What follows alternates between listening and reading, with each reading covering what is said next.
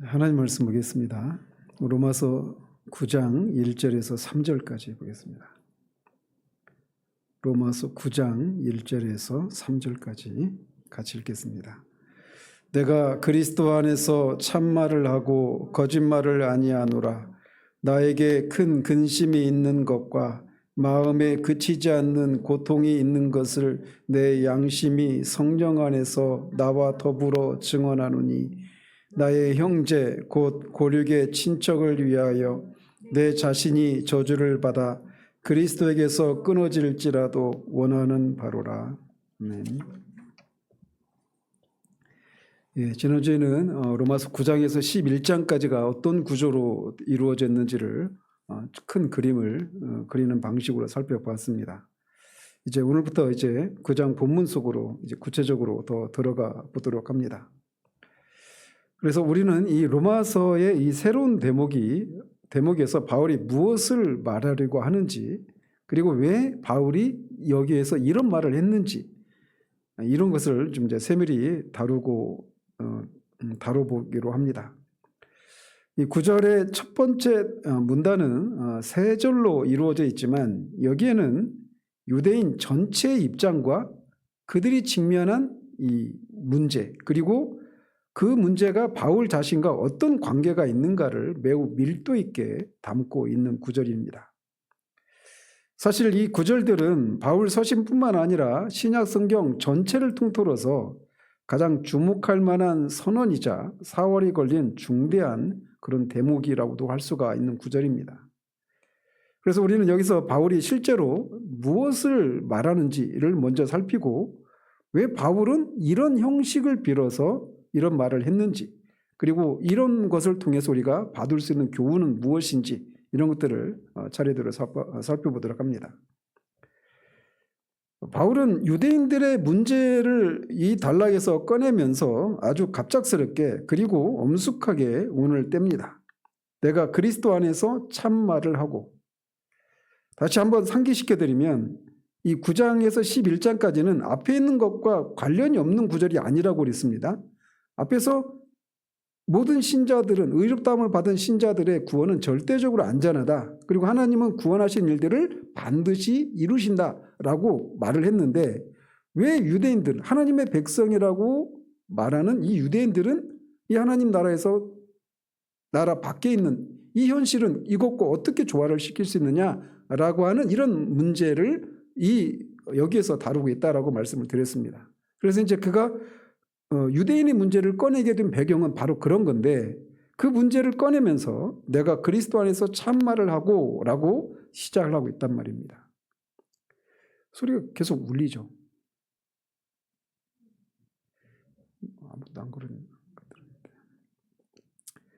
자, 그래서 내가 그리스도 안에서 참말을 하고 이렇게 말을 하고 있는데, 이 말을 들으면, 지금 언뜻 들으면 바울이 지금 내가 그리스도의 이름으로 맹세를 한다 하거니와 라고 이렇게 시작을 하는 것처럼 들릴 수가 있습니다. 그렇지만 여기서 사도 바울이 이런 형식을 띠고 있지만 지금 어떤 맹세를 한다, 맹세를 하고 그리스도의 이름으로 맹세를 하고 있는 것은 아닙니다. 왜냐하면 우리 주님이 산상수훈에서 도무지 맹세하지 말라고 말씀을 하셨단 말이에요. 당시 유대인들은, 특히 바리새인들은 하늘이나 땅이나 제단이나 예물 등 그런 것들을 걸고 어떤 맹세를 하는 방식을 통해서 자신이 하는 말이 진실하다라고 하는 것을 그렇게 맹세의 방식으로 말을 해오는 그런 습성이 있었단 말이죠. 그런데 주님은 도무지 맹세하지 말라라고 하시면서 오직 너희 말은 옳다 아니라 라고만 하라고 말씀을 하셨어요. 그래서 바울은 어떤 자신의 서신 어디에서도 주님의 그 가르침처럼 내가 하는 말이 진짜인데, 내가 이 말을 하는데 내 말이 진실하다라고 하는 것을 내가 하늘을 걸고 또 주님의 이름을 걸고 맹세하거니와 이런 식으로 말을 하지 않았단 말이에요. 다만 바울이 지금 여기서 내가 그리스도 안에서 참말한다라고 이렇게 말하고 있는 것은 지금 자신이 얼마나 엄숙한 진술을 하고 있는지를 독자들이 알아주기를 바라고 있는 겁니다. 내가 말하거니와 내가 참말을 하거니와 내가 말하거니와 이렇게도 말할 수 있단 말이에요. 그런데 굳이 그리스도 안에서 참말을 한다 이렇게 말을 하고 있어서 자신이 하고 있는 말이 그리스도 안에서 하고 있는 엄숙한 진술이다라고 하는 것을 독자들이 알아주기를 바라고 있단 말입니다. 그래서 사실상 이렇게 말을 하고 있는 셈입니다. 나는 지금 이 말을 하면서 내가 그리스도의 임재 속에 있음을 뼈저리게 인식하고 있다. 나는 그리스도의 몸의 지체로서 아담만이 아니라 그리스도 안에 있는 자로서 말하는 것이다. 이렇게 말을 하고 있는 거예요. 사도 바울은 부주의하게 생각 없이 뱉는 그런 뱉고 있는 말이 아니라 그리스도와 함께 죽고 다시 살아난 자라고 하는 자신의 신분을 의식하면서 말을 하고 있는 겁니다. 주님이 자신을 내려다보고 계신다라고 하는 코람데오의 이 정신을 가지고 말을 하고 있어요. 그래서 참말을 하고 거짓말을 아니하노라라고 하는 부정어까지 동원해서 자신의 진심을 최대한으로 강화시키고 있는 그런 어법을 취하고 있습니다. 자, 그러면서 바울은 한 걸음 더 나아가서 내 양심이 성령 안에서 나로 더불어 증거한다 이렇게 말을 합니다. 자기가 하는 말이 그리스도 안에서 참말인데 자신의 말이 참말이라고 하는 것을 자신의 양심이 성령 안에서 나로 더불어 증거한다 이렇게 말을 하고 있어요.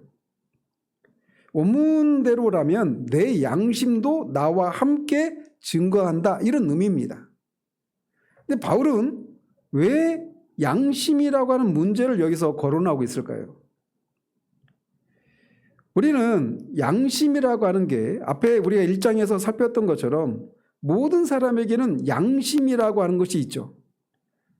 그래서 우리 안에 있는 양심이 율법이 없는 이방인들도 양심의 법이 그 안에 새겨 있어서 무엇이 옳고 무엇이 그른가에 대해서 송사한다라고 얘기하지 않았습니까? 그래서 모든 사람들의 양심은 우리 자신과는 별개의 목소리를 내고 있다라고 하는 것을 우리는 알고 있습니다. 즉 우리가 어떤 말을 또는 어떤 생각을 어떤 판단을 할 때 양심이 무조건 우리의 생각이나 판단에 동조하는 건 아니에요. 양심은 언제 주로 작동을 합니까? 우리가 하나님의 뜻에 어긋나는 어떤 생각이나 행동이나 판단을 할 때 그때 양심이 즉각적으로 우리 안에서 반응을 한단 말이에요. 검사처럼 말이죠. 그래서 양심은 하나님께서 우리 속에 넣어주신 어떤 내면의 하나님의 음성이다 이렇게도 말할 수가 있습니다. 그래서 우리로 하여금 하나님의 뜻이 무엇인가를 그렇게 우리가 잘못된 선택, 하나님 뜻에 거스르는 어떤 잘못된 선택을 할 때 양심이 우리 안에서 그렇게 고발의 기능을 통해서 작동을 한단 말이에요. 그래서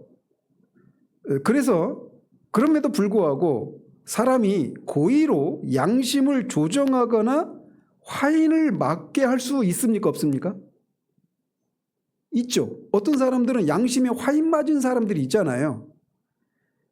근데 본래 양심이 가지고 있는 이 기능은 자기 의견을 분명히 발설하는 것이 양심의 기능입니다. 그러니까 양심이 우리 안에서 우리가 하고자 하는 어떤 생각이나 판단이나 이런 행동을 행동에 대해서 잘못을 지적하는 이런 일들을 한단 말이에요. 양심이. 근데 어떤 사람들은 그거를 애써 무마시키고 양심이 그런 일을 하지 않도록 그렇게 양심을 무마시키는 그런 화인 맞은 그런 사람도 있지만 본래의 기능은 그런 기능이라는 거예요. 양심이라고 하는 것이. 그래서 바울은 과거 공회 앞에서도 범사의 양심을 따라 하나님을 섬겼다라고 고백할 만큼 양심의 주의를 기울였습니다. 그래서 우리가 일반적으로 우리가 하나님의 뜻에 순종할 때 양심이 가리키는 대로 가면 큰 문제가 없어요. 대부분. 그런데 여기에 우리가 주의할 점이 있습니다. 양심이 독단적이지만 실수할 수도 있다라는 것이에요. 양심의 가치는 주로 긍정적인 것에 대해서 네가 선택한 게 옳아 이렇게 작동을 하는 경우가 많습니까? 아니면 네가 선택한 게 잘못이야 라고 하는 어떤 부정적인 정조에 치중되어 있습니까? 후자죠. 부정적인 어떤 정조에 치중되어 있어요. 양심의 기능은. 그런데 양심이라고 하는 것이 그 사람의 태생, 그 사람의 문화권, 그 사람의 환경 또는 그 사람의 어떤 무지의 지식의 여부에 의해서 양심이 왜곡될 수도 있습니다. 그죠? 그래서 어떤 곳에서는 A라고 하는 선택을 하고 행동을 해도 그 사회 속에서는 그게 양심의 문제거리가 안 돼요. 근데 어떤 사람은 다른 곳에서는 그게 양심 문제거리가 되는 일들이 있단 말이에요.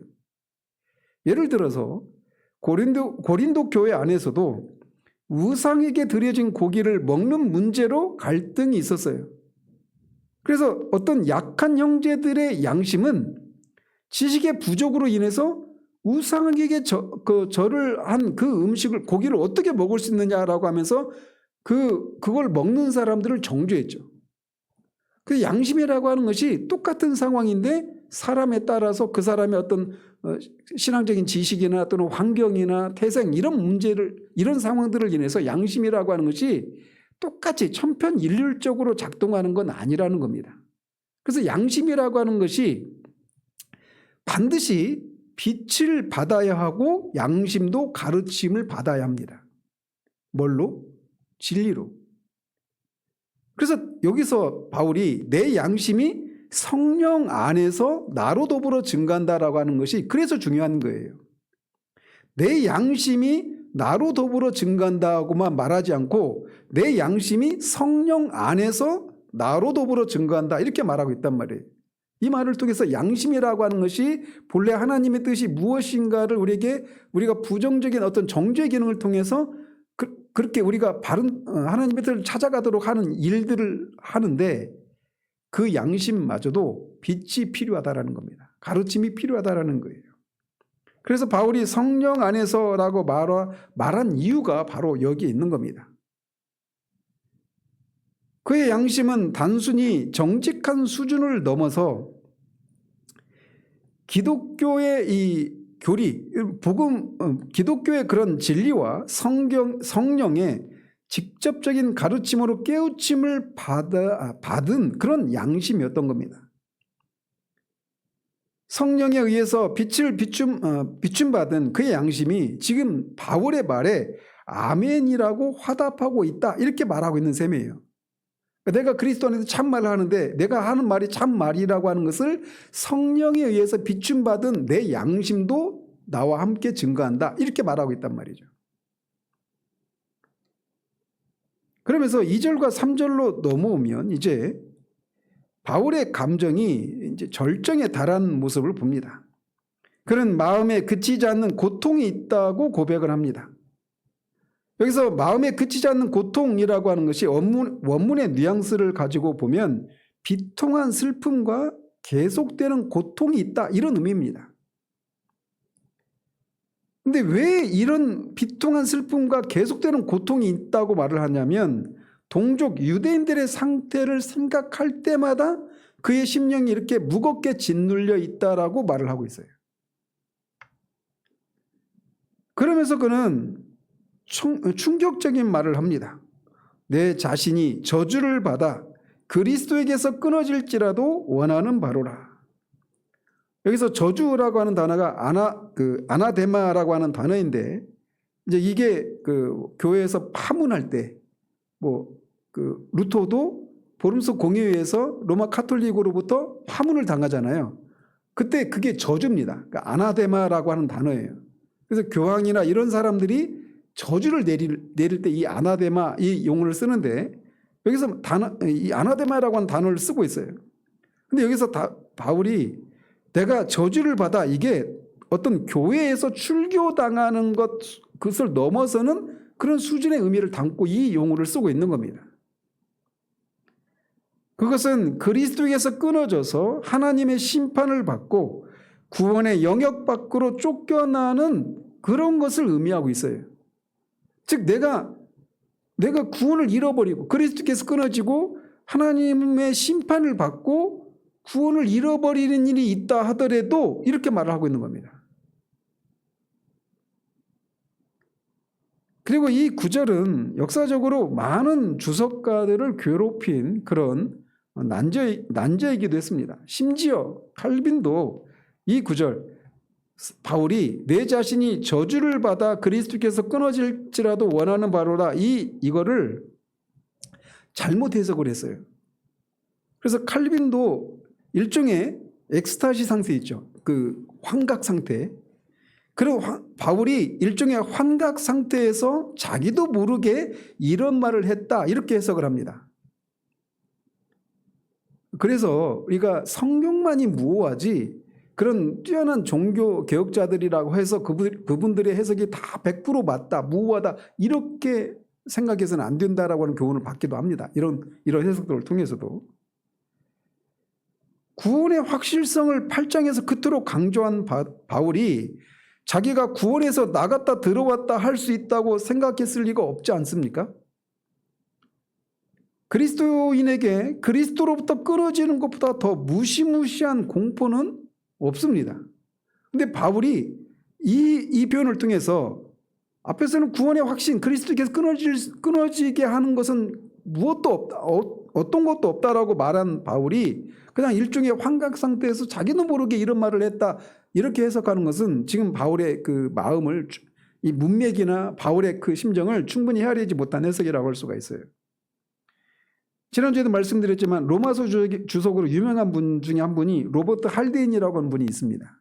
그분은 어떻게 해석을 했느냐면 바울이 회심 전에 그리스도를 저주하면서 그것을 자랑했던 과거 시점을 가리킨다고 해석을 했습니다.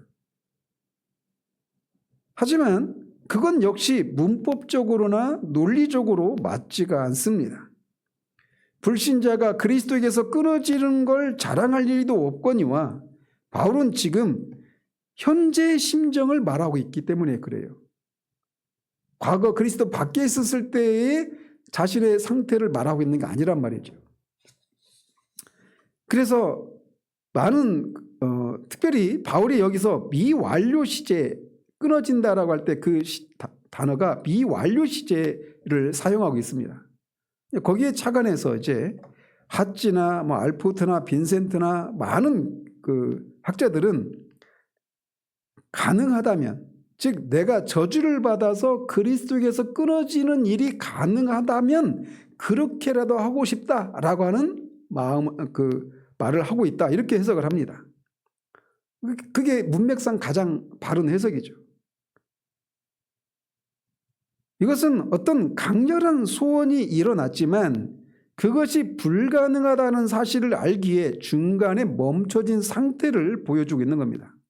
그래서 마치 빌레몬서에서 오네시모를 자신의 신복으로 곁에 두고 싶지만 빌레몬의 승낙 없이는 하지 않겠다고 멈춘 것과 같다라는 것입니다. 즉 바울은 실제로 저주받기를 원하는 것이 아니라 내 형제들이 구원을 받는 일에 도움을 줄 수만 있다면 내 자신을 희생 제물로라도 내놓고 싶은 심정이다, 이렇게 간절하게 표현하고 있는 겁니다.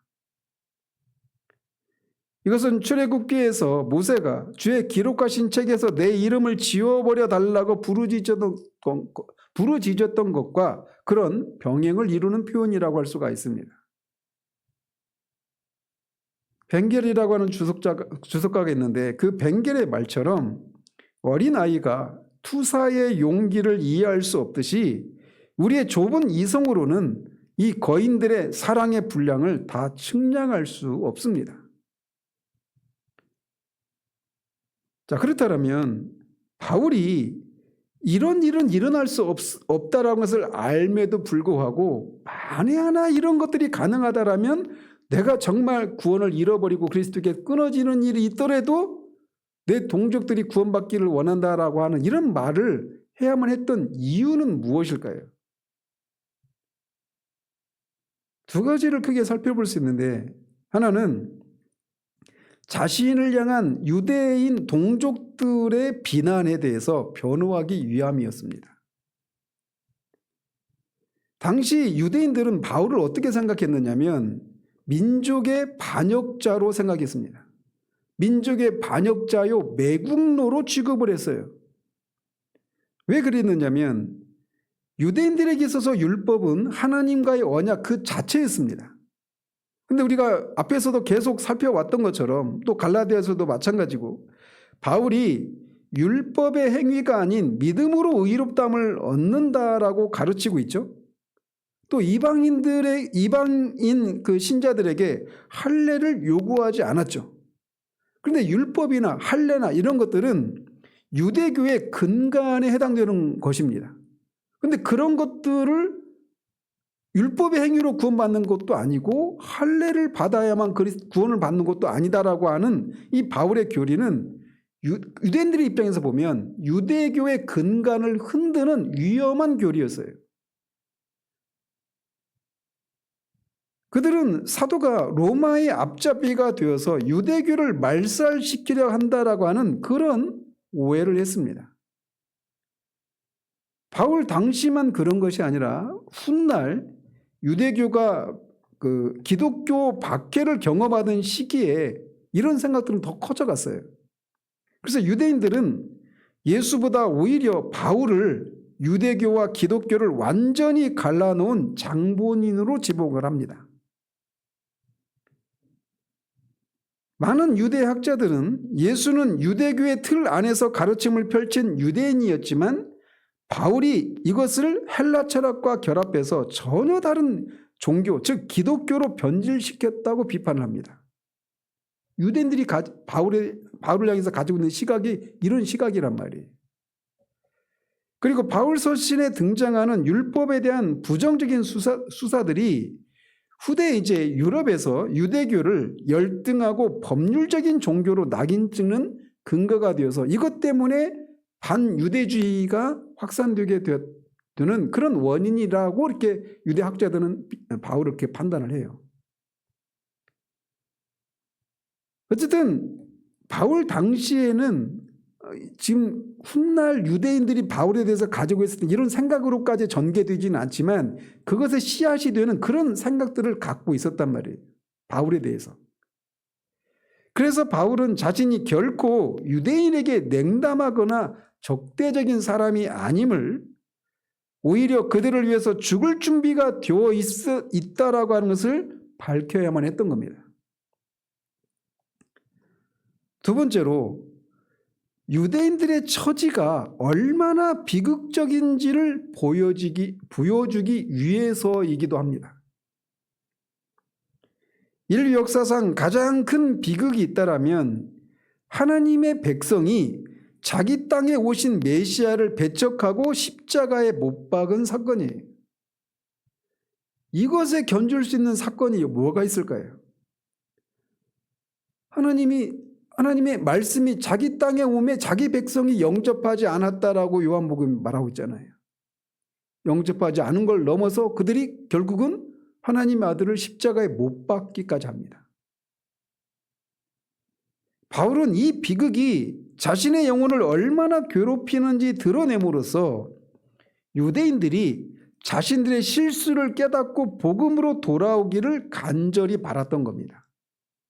그래서 이런 이유들 때문에 바울이 이런 진술을 내 동족들을 인해서 내 마음에 그런 극한 고통이 있고 그 동족들이 구원을 받을 수만 있다라면 불가능한 일이지만 정말 내가 그리스도에게서 끊어지는 아픔이 있다 하더라도 내가 동족들이 돌아올 수만 있다면 기꺼이 그렇게 하겠다라고 하는 이런 마음을 표출하고 있는 거예요. 즉 바울을 향한 동족 유대인들이 갖고 있는 그런 생각에 대해서 변호할 필요가 있었고 그 유대인들이 처한 그 상황이 얼마나 비극적인 상황인가를 그들이 깨달아서 복음으로 돌아오기를 바라는 마음으로 이 얘기를 하고 있는 겁니다. 바울의 이 뜨거운 고백은 단순한 감정의 토로가 아니라 영혼을 향한 하나님의 사랑이 한 인간의 심장을 통과할 때 어떤 고뇌를 낳는지를 우리에게 보여줍니다. 그런 면에서 우리에게도 잃어버린 사람들을 향한 이런 거룩한 근심이 있는지 돌아볼 필요가 있는 거예요. 자, 그렇다면 우리는 이 세 구절들을 통해서 어떤 교훈들을 받을 수 있을까요? 사도 바울이 여기서 한 진술은 여러 방면에서 매우 특이하고 동시에 지극히 개인적인 고백이기도 합니다. 그는 나중에 뒤에 10장 초반에 또 11장에서도 이런 비슷한 표현을 하지만 여기 9장만큼 두드러지고 강렬한 형태를 취한 곳은 없어요.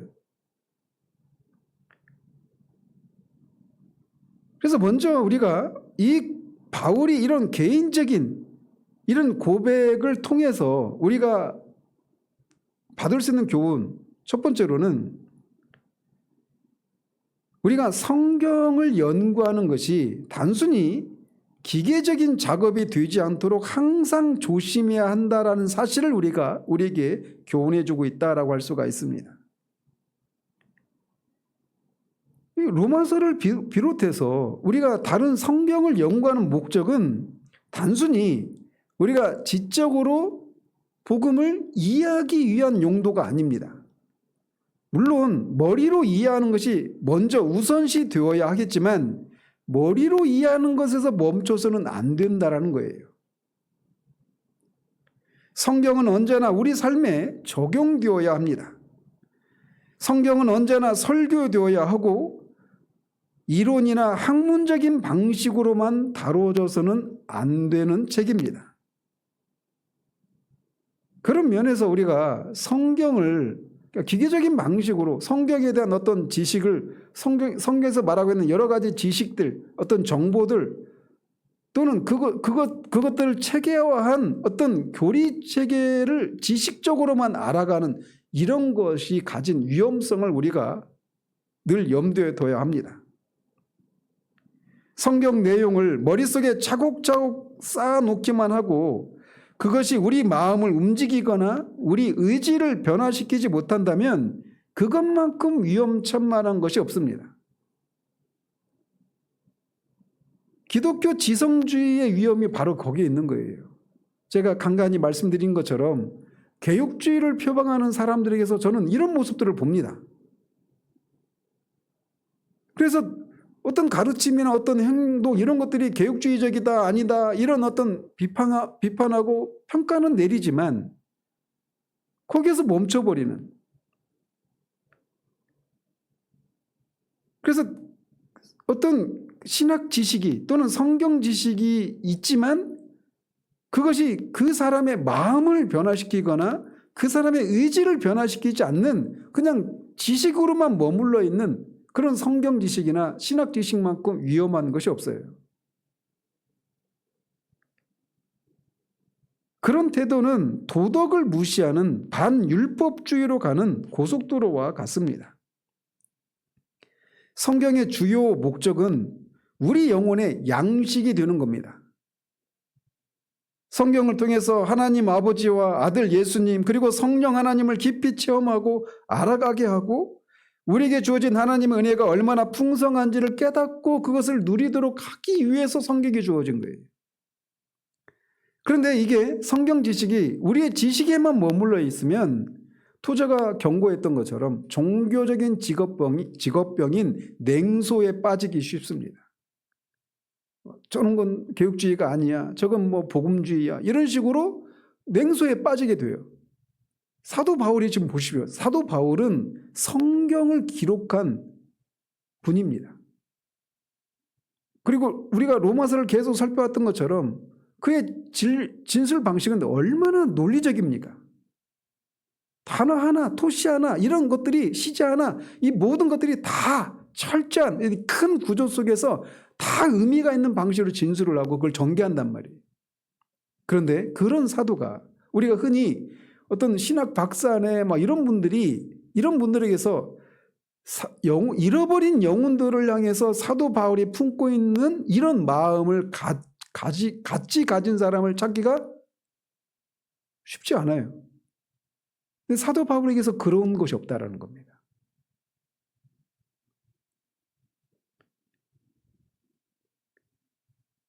많은 사람들이 이 9장의 주요 주제가 예정과 선택의 문제거든요. 그런 막 구절로 빨리 달려가고 싶어 하는 사람들도 있습니다.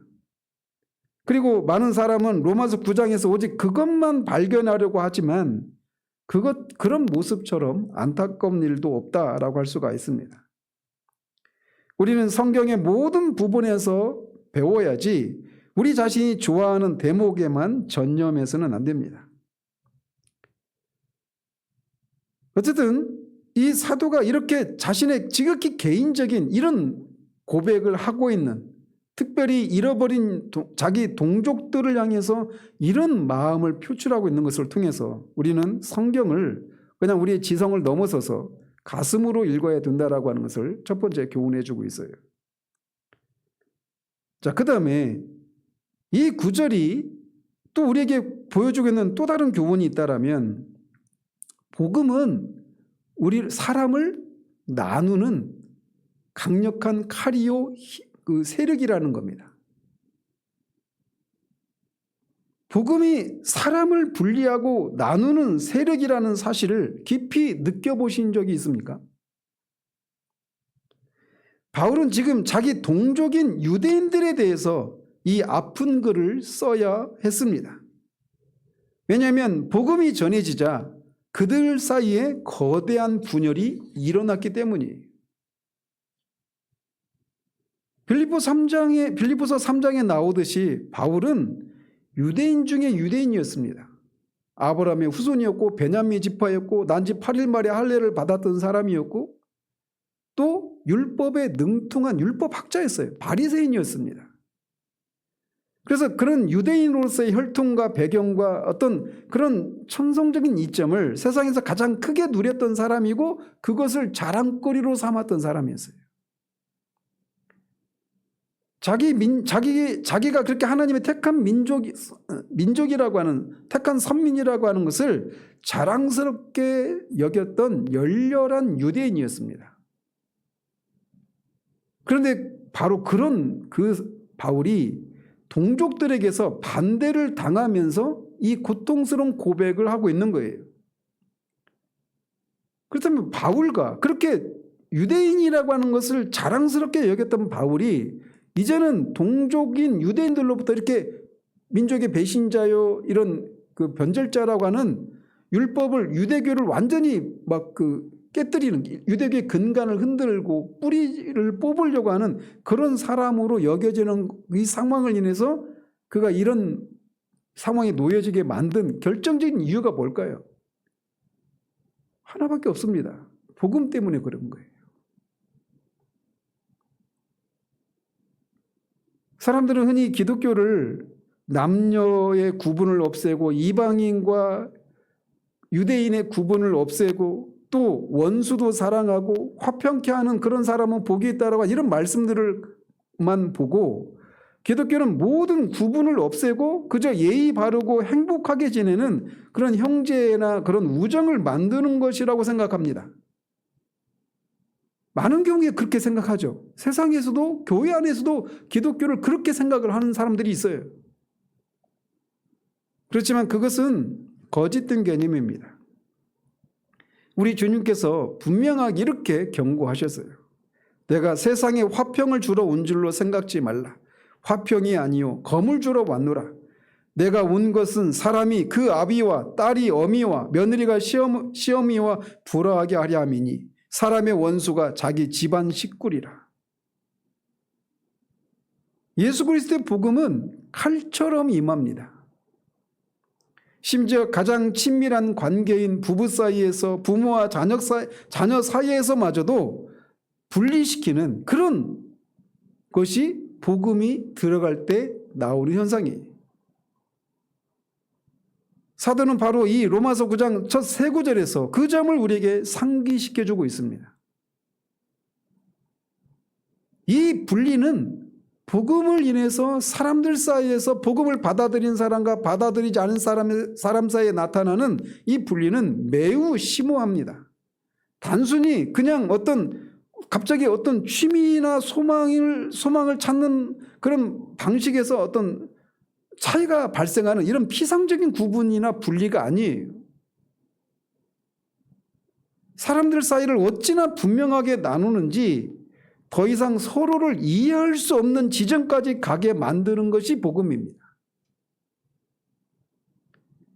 바울과 유대인들 사이에도 바로 이런 일이 일어난 거예요. 예전에 바울은 바리새인으로서 그들을 완벽히 이해했고 그들도 바울과 하나였습니다. 하지만 바울이 그리스도인이 된 후 둘 사이에는 큰 간격이 생겼습니다. 그리스도인이 되고 난 다음에 오랜 세월이 흘러서 그런 간격이 생긴 것이 아니라 사도행전 9장, 오늘 제가 사도행전을 읽었는데 사도행전 9장에서 다메섹에서 부활하신 주님을 만난 후에 바로 바울이 유대인들과 완전히 이 원수지간이 되고 말아요. 유대인들은 바울을 전혀 이해하지 못했고 그를 핍박을 합니다.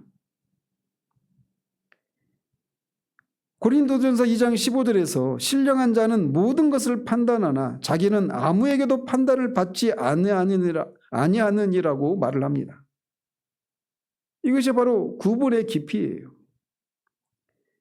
그리스도인이 되면 가까운 사람조차 나를 이해하지 못하는 상황에 놓이게 되는 겁니다.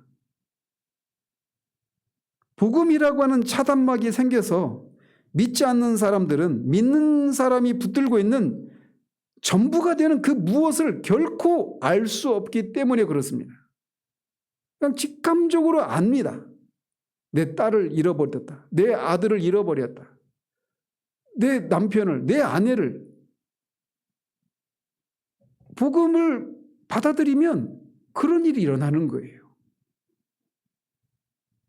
그래서 그들은 기독교를 미워합니다.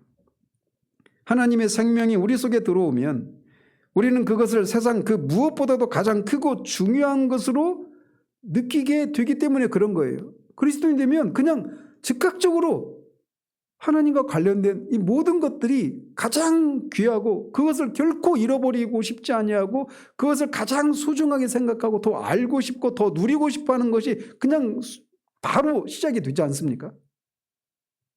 근데 그거를 이해하지 못하니까 이런 분리가 그냥 일어나기 시작하는 거예요. 주님은 마태복음 10장 37절에서 이렇게 말씀하셨죠. 아비나 어미를 나보다 더 사랑하는 자는 내게 합당치 아니하고 아들이나 딸을 나보다 더 사랑하는 자도 내게 합당치 아니하다라고 말씀하십니다. 심지어 누가복음 14장 26절에서는 더 강하게 표현하십니다. 부정의 방식으로. 무릇 내게 오는 자가 자기 부모와 처자와 형제와 자매와 및 자기 목숨까지 미워하지 아니하면 능히 나의 제자가 되지 못한다라고 말씀하십니다. 그래서 미워해야 된다는 것은 주님을 가장 사랑하는 것, 이것이 가장 삶의 우선순위가 최우선이 되어야 된다라고 하는 것을 말씀하고 계신 겁니다. 그래서 다른 모든 인간관계를 초월하는 심오한 분리가 일어난다는 사실을 이 세 구절 속에서 함축하고 있는 거예요. 그전에는 동족 유대인들이었고 서로를 다 이해하고 하나였지만 바울이 부활하신 주님을 만나고 나서 복음이 그 안에 들어가고 하나님의 생명이 그 안에 들어가니까 동족들 사이에서 이런 심오한 분리가 일어나게 되었다는 겁니다. 복음은 이렇게 우리를 옛 관계에서 분리시키는 일을 하게 됩니다. 그런데 복음은 거기에서 끝나지 않고 우리를 새로운 부류 속으로 이끌어 드립니다. 바울은 나의 형제 곧 권력의 친척을 위하여 내 자신이 저주를 받아 그리스도에게서 끊어질지라도 원하는 바로다라고 말을 하고 있습니다. 이 진술 속에는 바울에게 이제 두 종류의 형제가 생겼다라고 하는 것을 우리에게 말해주고 있어요. 그가 그리스도인이 되기 전에는 유대 민족이라고 하는 한 종류의 형제만 있었습니다. 그러나 이제 그는 그리스도 안에서 이방인이든 유대인이든 상관없이 새로운 형제들을 얻게 되었습니다. 그래서 빌립보서에서 보면 그 빌립보 교회 성도들이 이렇게 편지하죠.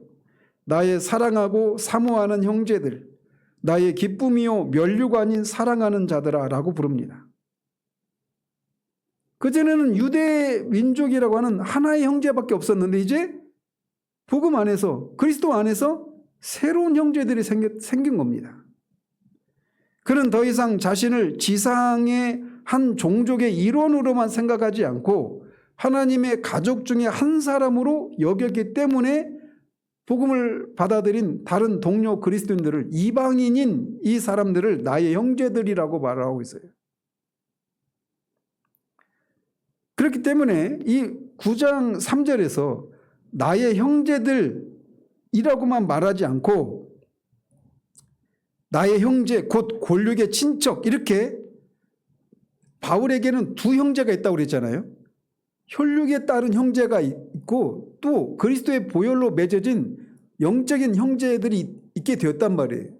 그런데 여기서 그냥 나의 형제들 이렇게만 말하면 여기서 말하는 형제가 혈통에 의해서 맺어진 형제들인지 아니면 다른 형제들인지 명확하게 구분이 안 되지 않습니까? 그래서 여기서 나의 형제 곧 골육의 친척 이렇게 제한적인 표현을 쓰고 있는 거예요. 구분을 하기 위해서. 이것은 우리에게도 똑같이 해당이 됩니다. 우리는 여전히 가족이나 국가 같은 육신적인 그런 반열에 속해 있습니다. 하지만 그리스도인으로서 우리는 이제 하나님의 백성이라는 새로운 나라에 속해 있습니다. 그리고 우리는 그 안에서 모두 형제, 자매입니다. 그래서 우리는 우리 안에 일종의 이중성이 있음을 의식하게 됩니다. 그래서 육신을 따른 형제들과 성령으로 맺어진 새로운 관계가 동시에 존재하는 거예요. 바울처럼 우리도 이 두 가지 관계를 모두 인식해야 합니다. 그리고 이 두 가지 관계에 대한 의무를 우리도 다 가지고 있어야 돼요. 즉 새로운 관계를 의식한다고 해서 육신적인 관계에 대한 의무가 끝난 것은 아닙니다. 바울이 지금 새로운 관계를 맺었는데 여전히 나의 형제 곧 골육의 친척이라고 하는 옛 관계에 대해서 가지고 있는 그런 어떤 마음과 의무를 지금 상기시키고 있지 않습니까? 그런 것처럼 우리에게도 그런 게 필요하다라는 겁니다. 우리는 이제 하늘의 시민이고 하나님의 권속입니다. 그래서 바울에게는 하나님 나라에 함께 속한 사람들이 가장 가깝고 진정한 형제가 된 것입니다. 반면 그리스도 밖에 있는 동족들은 골육의 친척일 뿐이에요. 바울은 거듭남을 통해서 우리가 신의 성품에 참여한 자가 되었고 그 어떤 것보다 견고한 연합을 이루게 되었다는 사실을 일깨워주고 있는 겁니다. 골육의 친척들과 맺은 관계보다 더 끈끈하고 더 긴밀한 연합을 이루고 있는 것이 그리스도로 맺어진 새로운 관계라는 것이죠. 그리고 이것은 우리가 참으로 거듭났는지를 시험해 볼 수 있는 아주 좋은 시금석입니다. 지성적인 관심만 가지고 있는 사람은 이해하지 못하겠지만 참으로 거듭난 사람은 하나님의 자녀를 즉각적으로 알아보고 그들과 함께 있기를 원하게 됩니다. 요한 1서에서 그걸 다루고 있잖아요. 하나님으로부터 난 자마다 형제를 사랑해요. 그래서 만약 내가 정말 거듭난 그리스도인인지 아닌지를 알고 싶다면 동료 그리스도인들을 향해서 거듭난 신자들을 향해서 어떤 마음을 갖고 있는가를 보면 알아요. 나는 이런 새로운 관계를 인식하고 있는가? 나의 진정한 친구가, 형제가 그리스도 예수 안에 있는 자들이라고 하는 것을 알고 있는가? 이거를 물어보면 내가 거듭났는지 아닌지를 알 수 있는 겁니다. 이거는 거듭난 신자들 그런 거듭난 신자들이라고 하는 이런 새로운 영적인 형제들을 사랑하고 그 관계를 더 소중하게 여기게 된다라고 하는 어떤 도그마, 이런 교리 때문에 그렇게 하는 것이 아니라 그냥 본성이 그렇습니다.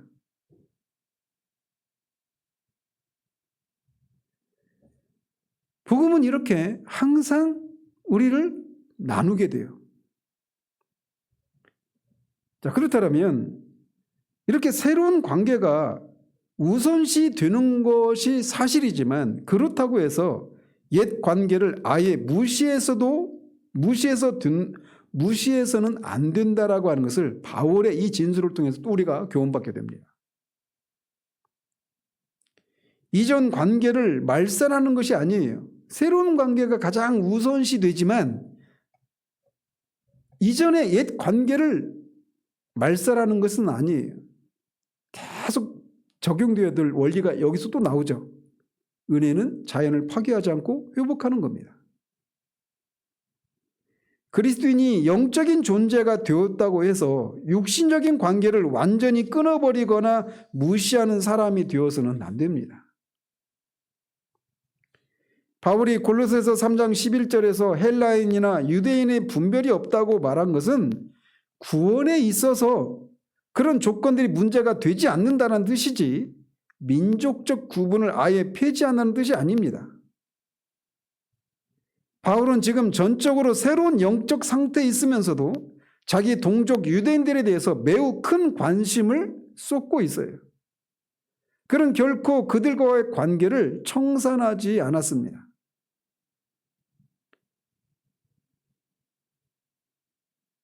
여러분들께 묻고 싶은 것도 이런 겁니다. 여러분은 이런 관심을 알고 계십니까? 우리가 이 세 구절을 막 서둘러 지나가면서 더 큰 주제인 예정이나 선택이라고 하는 이런 주제로 달려가면서 정작 우리 곁에 있는 믿지 않는 가족이나 동족을 향한 이런 이 심정, 이 에토스를 잃어버린다면 그것은 옳지가 않습니다. 모든 지식이 이런 거룩한 슬픔으로 인도하지 못한다면 그것이 무슨 가치가 있겠습니까? 만약 우리에게 이런 서글픈 마음이 없다면 우리가 구원의 진리 자체를 오해하고 있거나 믿지 않는 자들의 비극적인 운명을 제대로 인식하지 못하고 있다라고 하는 증거입니다. 바울이 권력의 친척을 위해서 끊임없는 슬픔을 나타낸 것은 그가 그만큼 깊은 영적인 체험을 했고 구원의 영광을 누리고 있기 때문에 그렇습니다. 우리가 좋은 곳에 가고 좋은 음식을 먹고 좋은 것을 누리면 그거를 누리지 못하는 사람들이 떠오르면서 같이 하고 싶은 그런 마음이 자연스럽게 나오지 않습니까? 영적인 세계에서도 마찬가지입니다. 그래서 우리의 영혼 상태를 시험하는 가장 좋은 시금석 중에 하나가 무엇이냐면 잃어버린 영혼에 대한 관심과 전도에 대한 열심입니다. 단순히 이론적인 그리스도인과 살아있는 영적 생명력을 가진 사람을 구분하는 지점이 바로 여기입니다.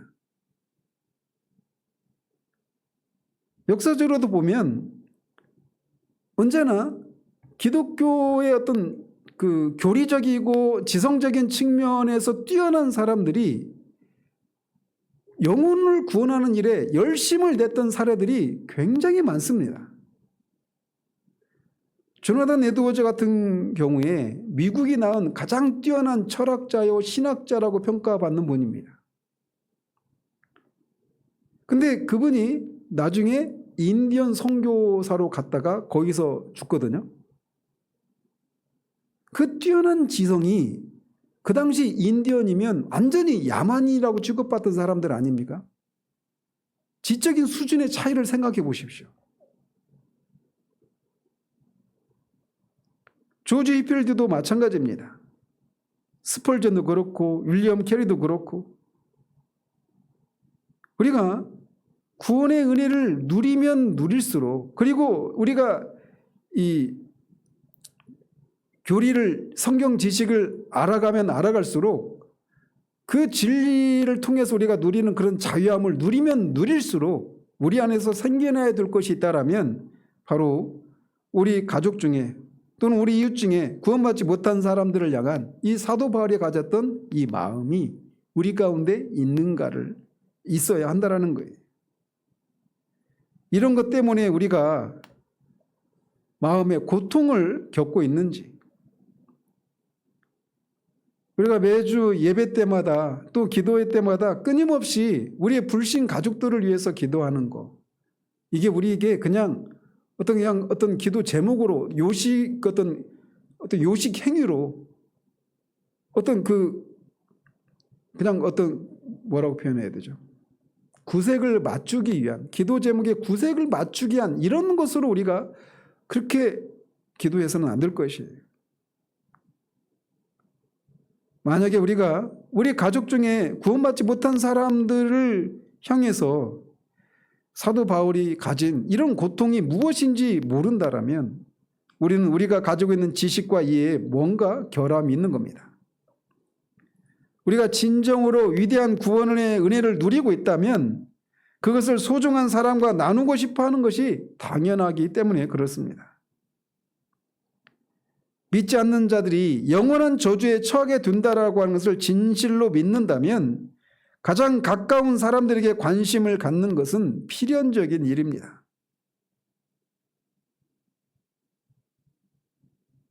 자, 그렇다면 우리는 실제적으로 그런 믿지 않는 사람들에게 우리는 어떻게 다가가야 할까요?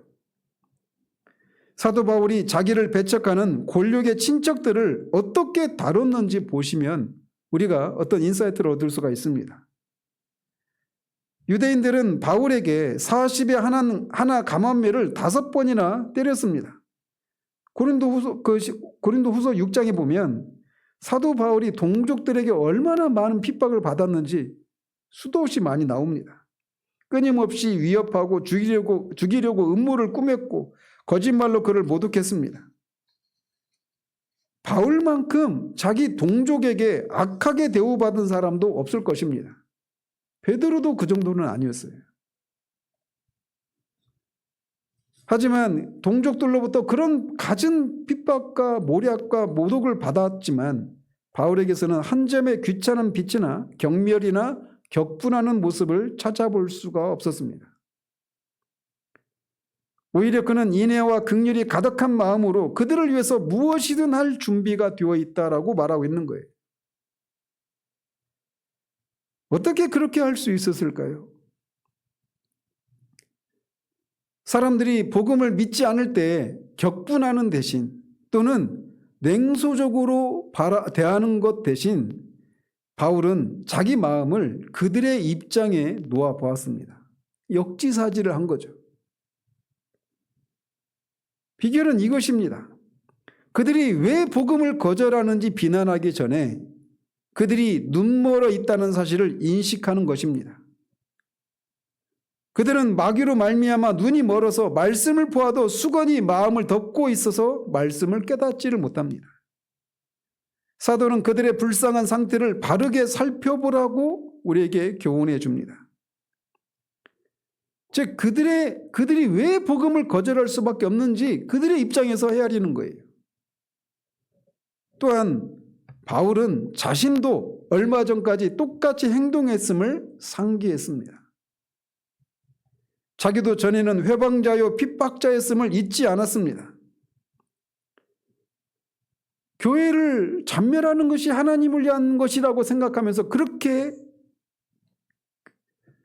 신자들을 잡아 감옥에 가두고 그들에게 그 신앙을 포기하도록 그렇게 협박하기도 했단 말이에요.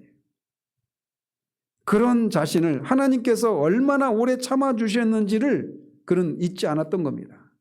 그리고 그것을 기억한다면 우리도 다른 사람에게 대해 참아낼 수 있습니다.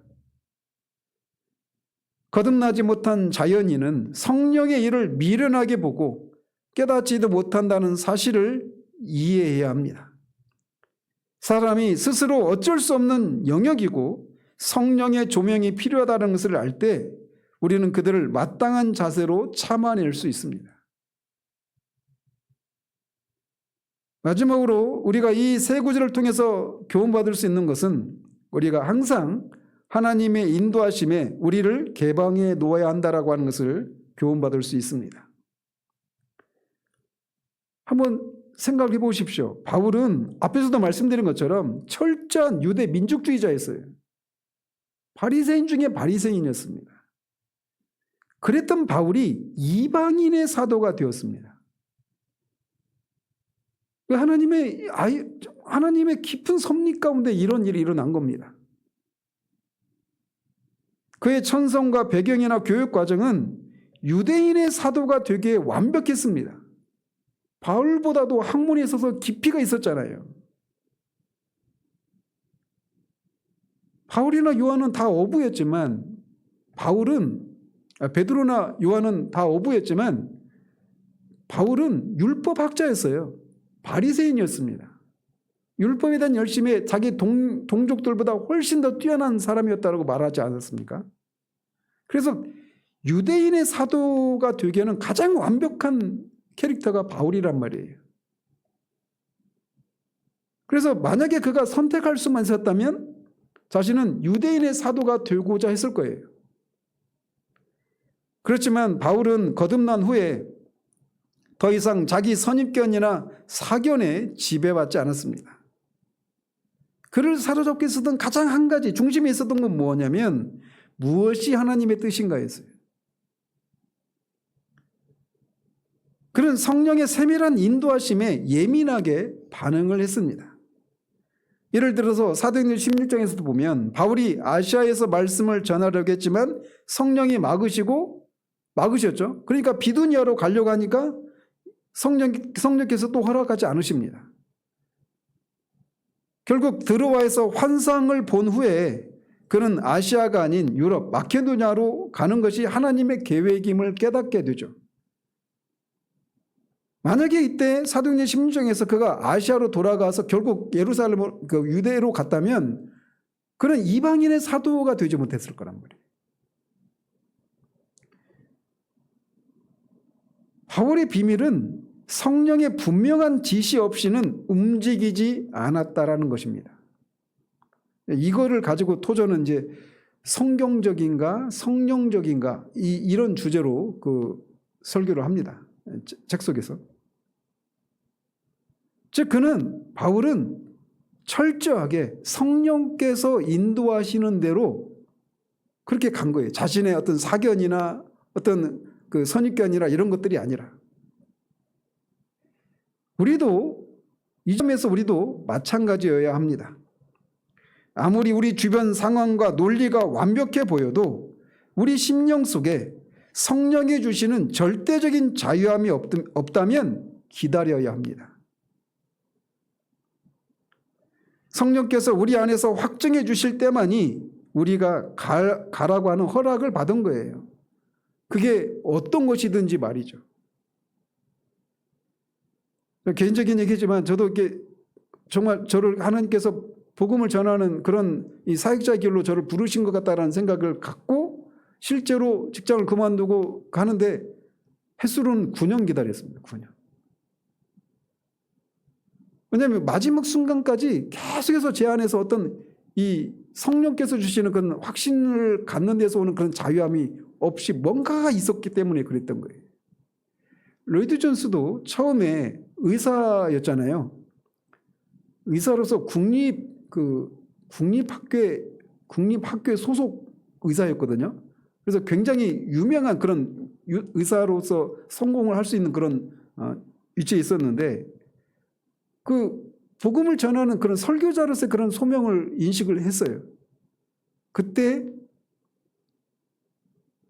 주변에서 어떤 분이 인도의 선교사로 가는 것이 하나님의 뜻인 것 같다 이런 얘기를 했어요. 그런데 로이드 존스는 개인적으로 자신 안에 이런 자유함이 없었던 거예요. 그런데 그분이 주변에 있던 사람이 그런 얘기를 했던 것은 마침 그때 인도에 선교사가 필요했었어요. 그래서 로이드 존스 같은 분이 가서 선교사를 하면 그 상황에서 딱 맞아 떨어졌어요. 근데 그것을 상황에 따라서 맞춰서 간 것이 아니라 성령께서 그 안에서 그 내적인 확신을 주는 것이 없었기 때문에 그걸 기다렸던 거죠. 만약에 그렇게 갔다면 우리가 아는 로이드 존슨을 못 만났을 거예요.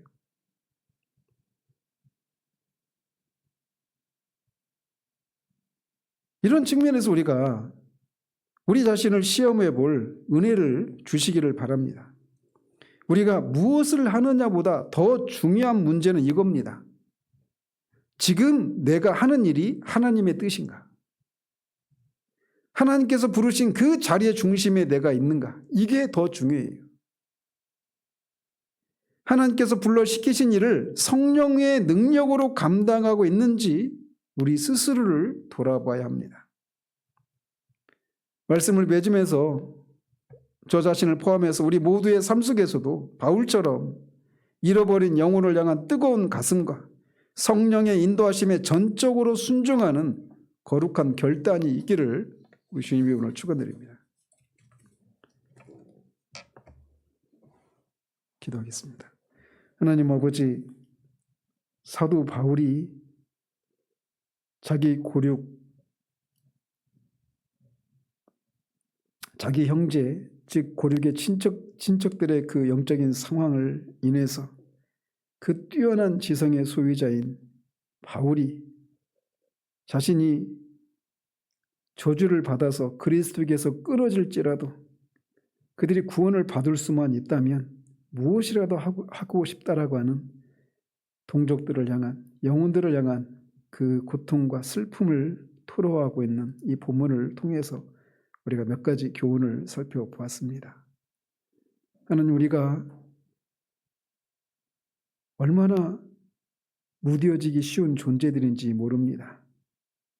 우리의 옛 관계들인 우리의 가족들, 우리 부모님과 양가의 형제 자매들과 자녀들, 믿지 않는 그 영혼들을 향해서 사도 바울만큼은 아니지만 그들의 영혼을 위해서 우리가 울어주고 그들이 주님께로 돌아올 수만 있다면 무엇이라도 하고자 하는 그런 마음을 품고 있지 못한 채 그저 우리들의 문제에만 관심을 가지고 또 그들에게 복음을 전해도 받아들이지 않는 현실들을 볼 때 우리가 얼마나 냉소적으로 그들을 판단하는 그런 위치에 있는 경우들이 많은지 다시금 돌아보게 됩니다.